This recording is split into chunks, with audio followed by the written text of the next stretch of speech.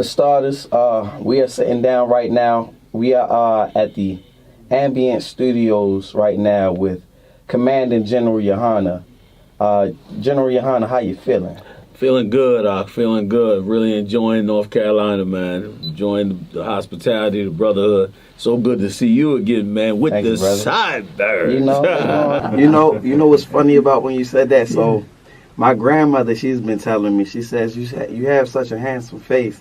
Why are you covering it up with hair and sideburns and everything? You got your dimples and, I'm saying, Grandma, like, I'm just doing something different right now. I like to stand out, and for some reason, it just feel like it fits me. I feel you.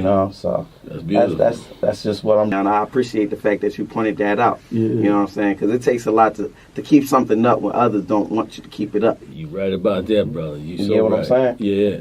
And I think that that's a big part of being an Israelite as well. Like, I'm sure that there's a lot of people and naysayers that come to you and probably say, hey, man, why you stand for this and why you stand for that? For example, some people may refer to you guys as a hate group. Can you clear those allegations up?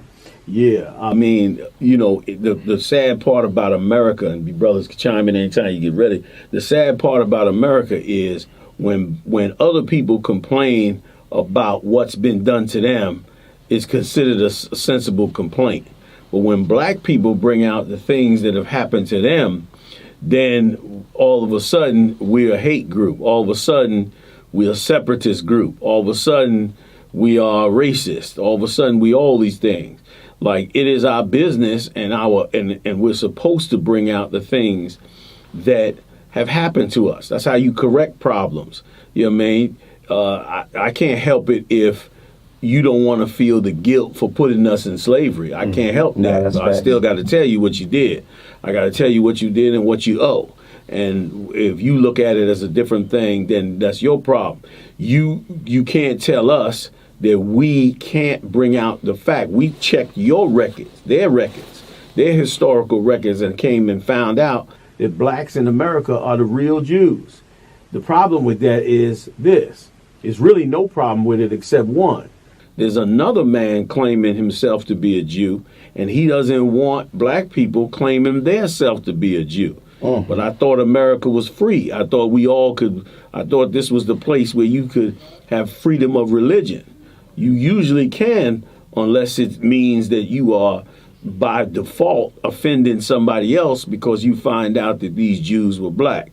And so that's where all of that comes from. And then with a little propaganda from organizations like the Southern Poverty Law Center, they've tried to, dehumanize the Hebrew Israelites. And another reason they do it as well is because nobody wants to see black men come together in brotherhood and be strong. They don't. Nobody wants to see black men prosper and they burned come down up. and flooded cities every time we came together. Yes, they did. Absolutely. And down here in North Carolina, got plenty of examples of it. And so that's where all of that comes from. You know what I mean? Like, we should not listen to the propaganda and the games. We should recognize that anytime you see black men trying to come together on a positive tip, you should at least look at it to see what it's made of. And part of coming together and part of adding our self-esteem and confidence back in us means we got to talk about the things that happened to us and how we got to fix them and in ways that we don't do them again. So these things had to come out. You know what I mean? That they did. They called Christ. They hated Christ. They crucified an innocent man. They crucified a man that healed people, a man that brought brothers and sisters together, a man that fed people. You understand? He did all those positive things, and they hated his guts. They hated the fact that he was more popular than those that were popular. They hated the fact that people listened to him instead of listening to them. They hated all those things that he did. So we walking in those same footsteps, trying to be as much like our king as he wanted us to be, and this is what comes with the job. But we don't take it, we don't take it to heart. We love the hate. We love the hate because it's proof to us that we serving Jesus Christ rightly. Because anybody that does, he said, you will suffer persecution. Mm-hmm. So we take it. We enjoy it. We enjoy it. And the beautiful part is all that negative attention that they give him. When we step in with positive attention, people are shocked. Like, oh, I thought y'all was A, B, and C, but y'all are D, E, and F. That's the narrative that's painted. Yeah, exactly. So, it's a beautiful thing, and it's part of what we do, and it helps us do our job, which is to wake our brothers up. You know what I mean? While they hating on us, they also should count how many brothers we got off of drugs. That's right. Just last weekend, you understand, New York City, Captain Tazariak, he's the captain over New York City, third man over here. He hosted a major clothing drive. You know what I mean? Everybody talking about the immigrants. Well, we just clothed 5,000 immigrants before the winter. We put clothes on their back, coats on their children. What's his name one more time? Go ahead, Cap. It's like I'm Captain Tazariak of ISUPK under Commander Jenny. It's a pleasure. A pleasure. Likewise, brother. I should have introduced everybody in here. This is General Kobala Moff, also out of Washington, D.C. And you met Captain Nathak before, the heavy hitter holding down North Carolina. Yes, sir. Okay? Yes, sir, my guy. So you got a whole array of brothers here. And Captain Tazariak hosted us in New York City. And 5,000 Latino immigrants who had nothing was in a shelter, not knowing where they're going to get a jacket to put on their back. Got clothes. Their children got clothes. They got Pampers. Sisters was in there, no Pampers, struggling with 2 and 3 babies. These brothers came through and did that and got no reward for it, didn't get paid for it, none of that. They did it strictly out of the righteousness of their heart and to try and follow and do what it is that Christ said to do. And you know, so while you hating out there, while you hating on us, remember we doing more than your Christian church do. That's right. You know what they look like. Yeah. You know what I'm saying? Like. Yep. Yes, we do. And what's crazy is I'm a bounce it off of that question. What is an Israelite, and how does someone know if they are an Israelite? Somebody want to take that? Oh, y'all go ahead. You was about to jump in? Go. You can jump in. Yeah, come on. So Israelite. So what I would always say to anybody that wants to know if they're Israelite is that they should come to the Israelite School of UPK to get properly taught, because the Bible is something that everybody has in their house. My mother had it. A lot of people had it. I read the Bible. I'm 48 years. I read that Bible back and forth, and it wasn't until I came to this school that I actually understood what my identity and purpose was.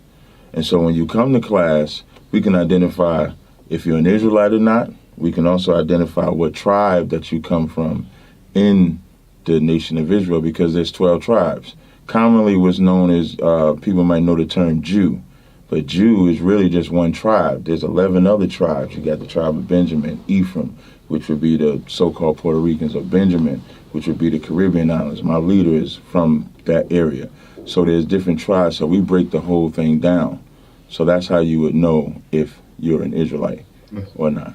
So could you break down all 12 tribes? You just said a few of them. So you have Judah, Benjamin, Levi, Simeon, Gad, Naphtali, Manasseh, Issachar, Reuben, and Simeon. I said Simeon. You got Simeon. Reuben. Yeah. God. Somebody could pull up the list with the English. I can pull up the list. I was trying to do it off. Is there any specific? How do you know specifically what tribe each one is? Like you said, you made one comparison. Like one is like Puerto Ricans. Then you got blacks, Native Americans. Right. So now the founders or the heads, and Commander Jenny, I don't know if that's the part you want to take of this, but the heads of the school that was established in 1969. You have Yaquab, Ariyah, Mashah, Yeshaya was a great historian, that they began to get the records and look it up in the history. Like in the book of Revelations, it says the earth will help the woman, which meaning that the historical records that were hidden from us would be what we would use to identify. So if I take a book called The Lost Tribes and Promised Lands, which is not written by us, you can go into that book, and in that book in history, it'll show how the native Indians spoke Hebrew. They gave the Hebrew credo of Shema Yasha Allah Yahweh Allahayana Yahweh Akkad, which means, hear, O Israel, the Lord our God is one, and knew what tribe they came from. They say, I myself is from the tribe of Reuben, and my brother Manasseh is on an island nearby, in reference to the Cubans. And the Taino Indians or the Puerto Ricans. So what we did was we would go into those records and keep digging into them, and you'd be amazed at how much history you find where we knew exactly who we were. Harriet Tubman is another woman that knew she was an Israelite. Her family to this day will always boast that she was an Israelite, knew what tribe she was from. She had a Hebrew name. I don't remember the name off the bat, but you can actually YouTube this. So what our leaders did was go into the history books, into the records, and then they was able to establish the traits of the locale of where that tribe was predominantly.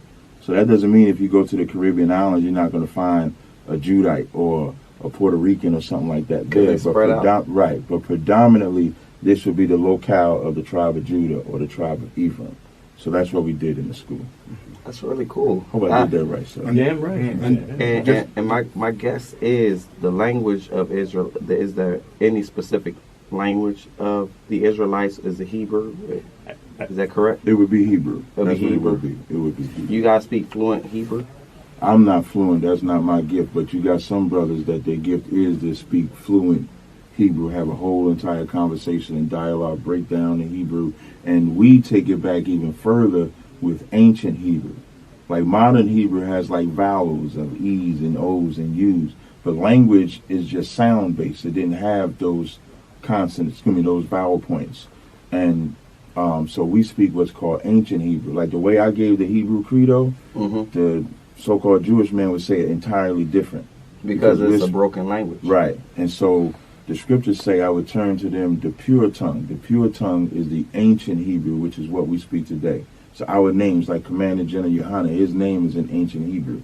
Kabalamoth, General Kabalamoth is in ancient Hebrew. My name is in ancient Hebrew. Captain Ithak is in ancient Hebrew. Because what we did when we get into these records, we wanted to do everything the way the Lord required us to do it, to resurrect the valley of the dry bones of Ezekiel the 37th chapter. So that's what we speak.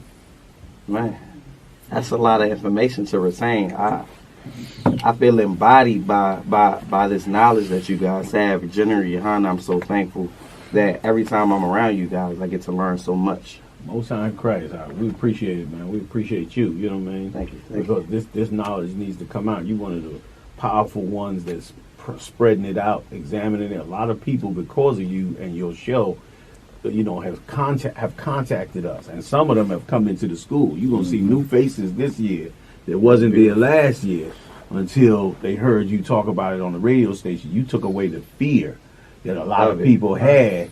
And they stepped up. Were like, well, Party Boy is he's sitting in the room with them. Right. Let me go see what this is about. And when you start learning more about something that you don't know about, the fear exits the room. Boom, boom. Now you know. Now you understand. And that's exactly what took place. And so we appreciate you, brother, you know what I'm saying, and the work you doing, you know what I'm saying. He a Benjamin, y'all, by the way. Okay. Yeah. Man, we ride together on that Benjamin, on that Caribbean tip, you know what I'm saying? What's crazy is this. I just learned something, and you can tell me if this is true or not. Y'all got multiple wives. Y'all believe it? We coming home now, baby. I knew I was going to find out why that beard got in there. Why them sideburns is in there. No, wait, I'm going to finish up with this like that. Now I know why them sideburns is in there. You didn't want to tell Grandma that. Grandma, I'm saying about it. Hey, disclaimer. No, I ain't. I'm engaged. There you go. Congratulations. Thank you, brother. I actually recently got engaged. You know, big shout out to my fiance. She's an amazing woman. You know what I mean? But if I'm not mistaken, they're called ribs. That's right. Well, that's almost like a nickname slang based on the scriptures, because the Lord called her a rib of Adam's when he utilized her to become Adam's wife. He called her the rib of his. Your rib meaning, like bone of your bone, flesh of your flesh, somebody that's close to you as a rib. Yeah, exactly. And so, since the Lord called her a rib, we also call them ribs. But you got multiple ribs too. So that's right. That's why I said it's almost. Right. At that point, is pretty much valid at that point. Because having multiple ribs meaning you have multiple people close to you. That's right. Internally. That's right. So that's right. How okay. Why polygamy in general? Like, why can you have multiple wives? Why do you believe that that's a good thing to do? Well, first of all, and I'm not the expert at it, but first of all, the scriptures say where there is no law, there is no sin. And when you open up the Bible and you read about the ancient people in the past, they had multiple wives. The very 12 tribes that Captain Zaryak named earlier came from 4 different wives that our forefather had. So a lot of our forefathers, Abraham had 2 wives, put one out, got the other one. Many of the men in the past, and here's the thing, the monogamy is the real question, because when you go around the world, every culture around the world has multiple wives. It's only this man over here is the only one that introduced the idea of monogamy. And he did it predominantly through the Roman Catholic Church. And we see what they about. So now we know why they were the ones that pushed that. But when you go back into the ancient world, men always had more than one wife, because first of all, there's way more women than men on the earth. Facts. So if you had to make it a monogamous thing for every man, and every man held to that, there would be tons of women that would never have a husband. You know what I mean? There would be tons of women that wouldn't have a husband, and they would never ever be able to get married. So having multiple, and that wouldn't be fair. That wouldn't be fair either. We mathing over here, right? That's some serious math. That's right. You know, we got billions of people on the planet, so exactly. And I can only imagine. And there'd be hundreds of thousands, if not millions, who would never get married simply because there wasn't enough men. So it's not true. It's not even sustainable for humankind. That's really unfair. Right. On their end. Exactly. So according to the scriptures, a man could have more than one wife. But let me and the brothers can jump in and chime in this, that let me also preface that with this. It's not the way it's commonly taught in today's society. We're not talking about brother running around sleeping with every woman that he could find. That's fornication. That's a different thing. That the scriptures say if you lie down with one of our daughters of Zion, one of our people, then you will marry that woman. That's your wife. Right. You can't just go out and whore. Y'all want to chime in? Please do, because y'all the experts. Nah. I don't tell.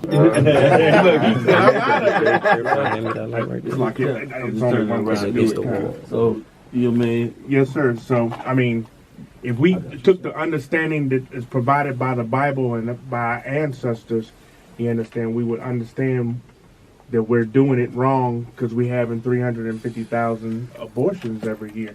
If we knew that woman, you understand, was created for us and ours, we would take it differently. She would as well. She wouldn't step out if she had the understanding that you've created a family.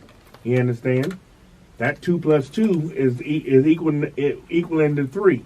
You understand? You're gonna create another life by taking on that woman and laying down with her, and that's important, and that's what needs to be explained to us, because we're not being fruitful and multiplying. You understand? Right, and which is important. Exactly. Because that is God's order. They're afraid of us. The more that we multiply, the more afraid.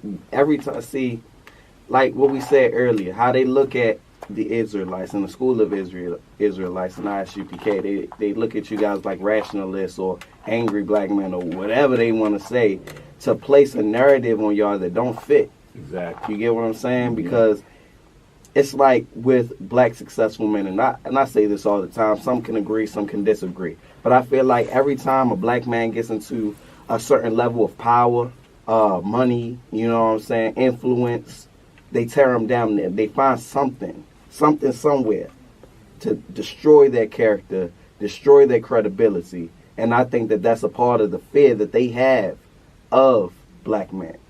You right. And if I can say this, and let me tell you something else. It's a big myth out here that women have a problem with a man with more than one wife. a lot of women don't care if a man has more than one wife if he's being a man. Right. If he's being a man and he's being responsible and he's carrying himself like a man, there are women out here that don't care if you got 100 wives. They just want time with you because there's something in you that they don't see every day out here in these streets based on our experience. Every brother that acts tough is not tough. If you killing your brother over a drop of a dime, you might look tough on the surface, but really you're an emotional wreck. That's correct. If you are being unmasculine, and if you are turning around and being effeminate, which the Lord said he gonna reject you if you're feminine, then you are in essence pushing more women to the brothers who carry themselves like brothers.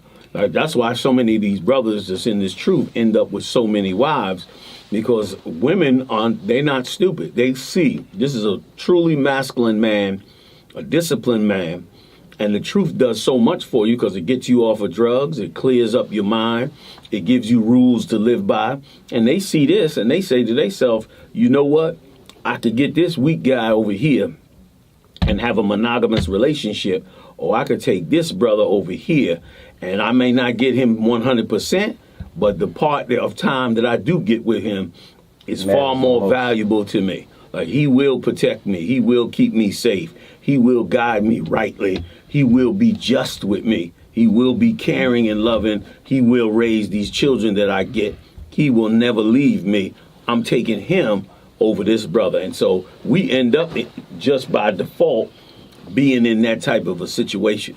So that's a myth that women feel like they always got to be monogamous. Most women know that the brothers they dealing with, that are real brothers, have other women. The only thing we really need to clear up, and I'll let y'all jump back in, is that we need to clear up the idea of whoredoms. We don't need to be running down, sleeping with we damage our women when we sleep with them and throw them away. We destroy their self-esteem. We destroy their sense of innocence. We doing damage to them. And then, of course, after we've done all that damage to them, we start to wonder why they say they want a man that don't sleep with no other women, because they've been damaged by the last 5 brothers who they put their trust in, and come to find out them brothers was not trustworthy. And that's because we've been living in this place. But when they come across a brother who they see is trustworthy, man, they ain't even thinking about if you got another one. Sometimes they'll become friends with that woman and work together with that sister. You know what I'm saying? So that's that. Go ahead. I didn't mean to take it off. Just quick. You know what I mean? And that's why we say, you know what I mean, when you come into the ISUPK, we are taught to do research. The real question you're supposed to be asking yourself is, what is marriage? Where marriage came from? The history on marriage is a myth. It's a full-out myth. And it came from the Romans, right? Where you go back in their society, they just like today. Like, really and truly, for society to function, you need what? A man and a woman. Yeah. You need that. If you don't have that, then what's going to happen to your society? It will start, dwindling away. Because, 2 persons of the same sex cannot reproduce. Nope. Right. So, guess what? Somebody going to have to come in and do the work. And if you don't have that, then guess what? Your society is going to fail. It's going to implode. So they came up with that myth of marriage. And we're going to have to start doing research on whatever we're getting ourselves into. Whatever religion you're going to get yourself into, do research on it and see where it comes from. I bet you it's going to go back also to money. Marriage is all about money when it comes to the so-called oppressor. Is money. Everything is money. When the Bible just says sex is marriage, ain't no money in that. You understand? You already have, you know what I mean? The marriage licenses, them wedding dresses, it's a business. Yeah. Marriage is a business. It's a business deal. Which is why they discuss prenubs and if you split, that person gets half of everything. It's gotten so bad that people literally get married for the business of it. Right. Because they'll get go off and get married to a rich man, married to someone that's about to die off, that's wealthy. It's all types of messed up stuff. You see what they do. Right. You see what they do. You know, and it is crazy.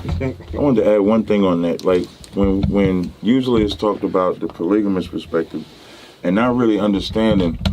Let's say if you go with American type of marriage, with the one question that nobody ever asks America is, if that's what marriage is, then what is it when that man or woman is having sex before they get that certificate? What is that? That's marriage. That's a spiritual marriage. That's in reality. Okay. So now from an Israelite perspective, because we're the cure for the word I'm going to call that. But in America, if marriage is only when you have that certificate, then them having sex before they get that certificate of marriage, there is a term for that. It's called whoredom. That's the only word that it could be. Because if this union that got a certificate from the American government says it's marriage, then this relationship that's doing the same thing that this certificate says they could do, there has to be a name for it. Because he can leave or she can leave that person, and there's no ramifications whatsoever, and then go get the certificate, and nobody says a thing. The Bible cures that, because like what Commander Jenny Hanna said, and what Nia Doc said, as far as sex being marriage, and you can't throw that woman away, that will make a woman think before they have random one-night stands. Yeah. Before they sleep with 7. If a woman goes into it knowing the next man I sleep with is the last man I have to sleep with, the size of his chest don't matter no more. Them dimples don't matter. That smile don't matter. You want to go into, can this man provide? Can he lead? Can he build me? Can he control me from my emotions? Can he be there for me? If he can't, then she won't sleep with. Same thing with a brother. If a brother knows if he sleeps with this woman I have to keep her, now the size of that behind is out the window. Don't matter. The way she walk is out the window. I mean, it could be attractive, but if you got to keep her, now you got to know. Some people may not want a loud woman, or they may not be able to control a loud woman. They may want ambition, and it gives a wake-up call. When we say sex is marriage, every person we say that to goes into their mental brain of all the people they slept with. And either they feel guilty, they feel ashamed, they like, no, I can't. Now, the battle is not that you're wrong that's saying sex is marriage in the Bible. The battle is they're facing the mistakes that they made themselves. So if we want whoredom to be cured, because although a man can have more than one wife, that is not a law. If a brother is content with one woman, he should stay with that woman. If a brother is content with no woman, he should be stay with. But if a brother wants more than one, he shouldn't be crucified for what the earth is doing right now. The earth lives this way. Right. But when the Israelite lays claim, and he doesn't call that woman his girlfriend, he calls that woman his wife, calls that woman his rib, calls that woman what every woman desires, to be a wife. And we're the cure for whoredom with that lifestyle. With that being the respect that they desire as well. That's the same respect that they search for in every man that they don't receive. So if a man of that stature is giving that to him off rip when they say, I'll lay down with you, but if I lay down with you, you're my wife, basically. That's the respect they searching for. Yeah, I'd say, that the Most High is not the author of confusion, and you can see that because it's like the way it is, you understand, they value the paper, the party, the ring, and everything like that. When they give that piece of paper to 2 men laying down or 2 women laying down now, so you know that the Most High is not in it. Agreed. And speaking of the Most High, there's a specific name for him. General Yohana, could you tell me what that name is? I sure can. The proper translation of God's name in the Hebrew is Yahweh. All other translations are incorrect. It's Yahweh, and it's spelled Yahwah. That's the proper ancient Hebrew translation of God's name, Yahweh. And what about the people that say Yahweh? Once again, that's a mistranslation. What you have to understand is that the Hebrew language never had vowels in it. The Hebrew language had vowels put in it during the Babylonian Empire. The Babylonian Empire was trying to form our language in a way that could match more of their Babylonian dialect. So what they did is come out with a new Hebrew lettering, which added vowels. The whole reason Yahweh is used is because the Wah sound, the Yahweh sound, they added a vowel to make it a way sound, and it became Yahweh. But that is not a proper translation. To translate any word in Hebrew, you must remove the vowels, which sounds backwards from today's society. We're taught to put vowels in our words because the English language commands vowels. But that is not the language we have from God. The language we receive from God has no vowels in it. So that translation doesn't match the ancient Hebrew. The only one that does is Yahweh. Yahweh.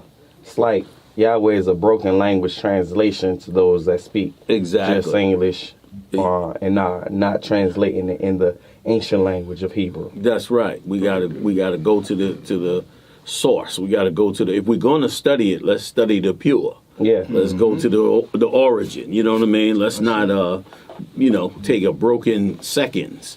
And not only that, to call God Yahweh is to placate to the Babylonians. It's like you accepting the Babylonian translation of God's name. And it's kind of like you doing God wrong and you doing yourself wrong to turn around and use a translation that is given to us by somebody else. That's like a man's name is Juan, but then you translate his name to John and say, well, this is what I'm going to call him. It's like you put it in your language, and that's not his name. His name is Juan. And it would actually come off as disrespect at that point. It would come off as disrespect at that point. And that is exactly what is not to be done. Y'all hear that? If y'all going to bring God's name up, make sure you say his name the right way. That's right. That's right. So let's move on to the next thing, and this is actually probably one of the most important things. General Yohana, could you explain what the Passover is, when is it, and why is it so important? Absolutely. The Passover is one of the greatest holidays, so-called holidays, that we received from the Bible. Today, we into Christmas, we into New Year's, we into Thanksgiving, we into all the holidays that were given to us by everybody around us, by all the other nations. But God has high holy days in the Bible, which we call holidays. God has high holy days. One of those, and a major one, is the Passover, and here's why it's so major. When you go back and read the story of Moses, everybody in the earth knows about the Jews being enslaved in Egypt. Everybody saw the Cecil B. DeMille's movie, The 10 Commandments, with Charlton Heston, Moses, and the parting of the Red Sea. Almost everybody that studies the Bible knows about that history. But what they don't seem to hone in on is this, that the story of the Exodus in the Bible is based on God destroying the people that oppressed us. The story of the Passover is a night when a death angel came down into Egypt and killed the firstborn son of every single Egyptian, but did not kill the firstborn son of every Hebrew Israelite. That was a miracle done by God. Usually if a plague comes, everybody gets killed. But this plague came and only killed the Egyptians and did not kill the Hebrews. And our sons were left alive while millions of Egyptians died. That was because of God's hand. And because of that, we got free from the Egyptians. Why is that so important? Because we're in captivity in America. We're in psychological captivity. We're in economic captivity. And some of us are physically in captivity in these jails and prisons and cages that we're in. So now, here begs the question, after 400 years of being in America, how are we going to get out of here? How are we going to ever become an independent black nation again? I'll tell you how.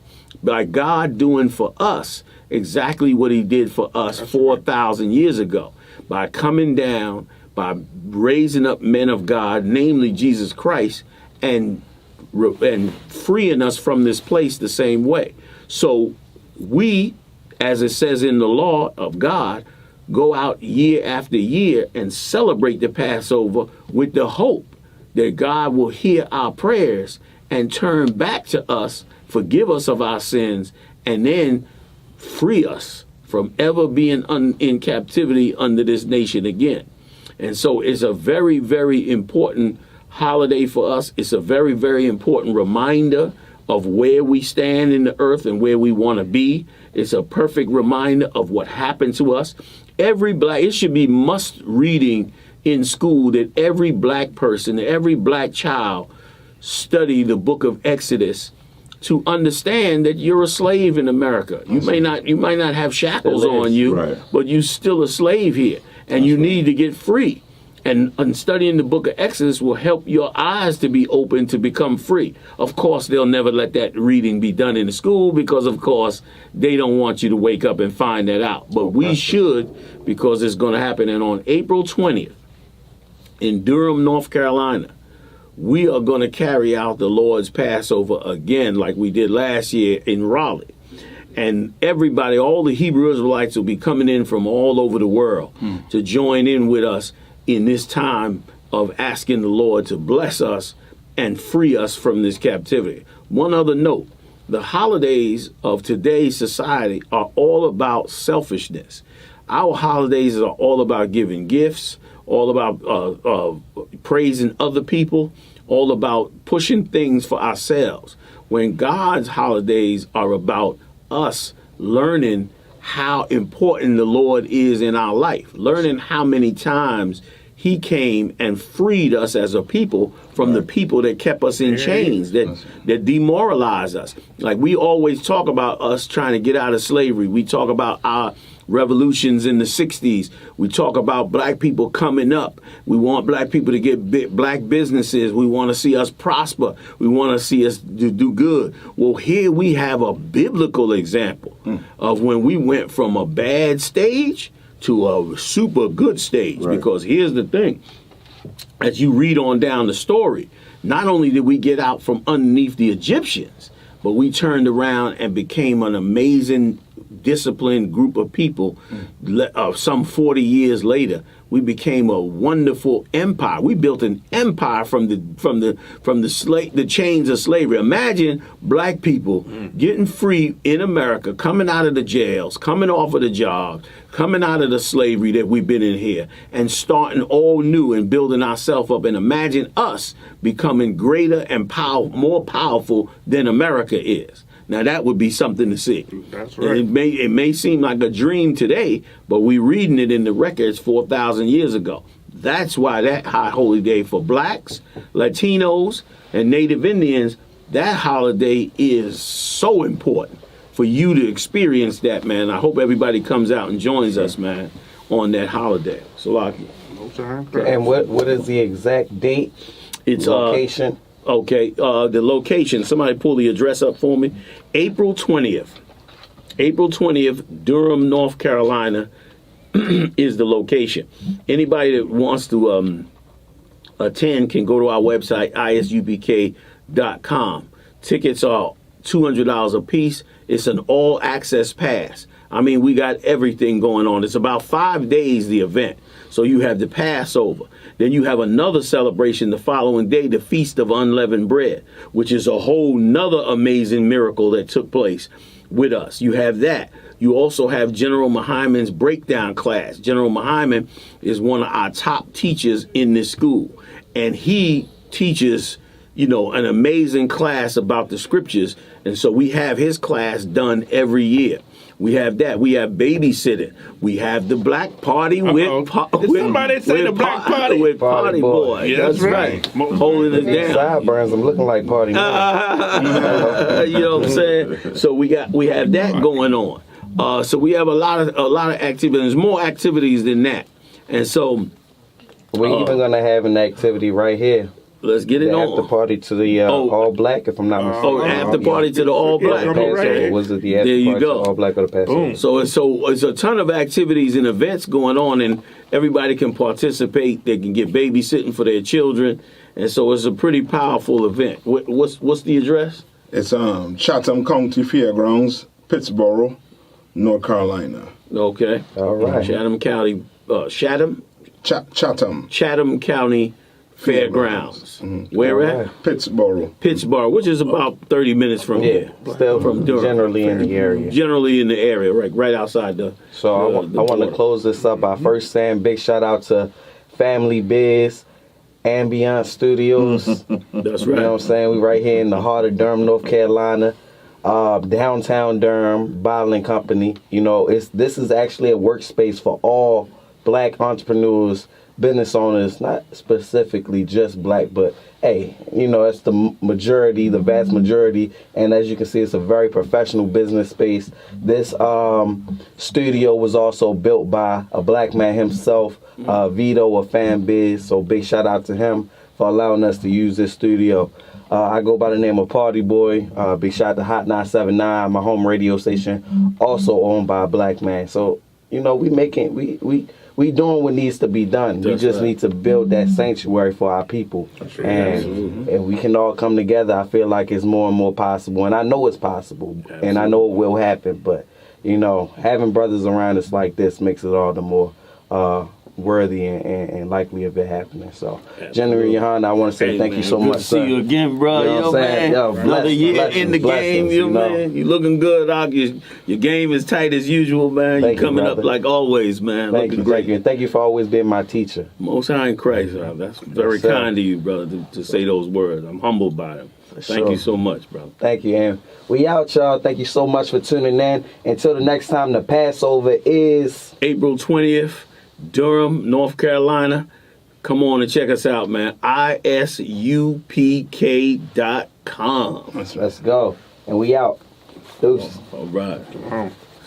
Be strong in the spirit of the Lord. Hey, listen, if you like this tape, hit the like button and share it, man. Hit the share button. Everybody share it to their own personal Facebook accounts. Share this video, man, to wake up brothers and sisters all over this earth. Hit the like button. Check me out Monday night. I'm live every Monday night. I bring the heavy hitters in. We do it up live right on this same channel. I'll see you.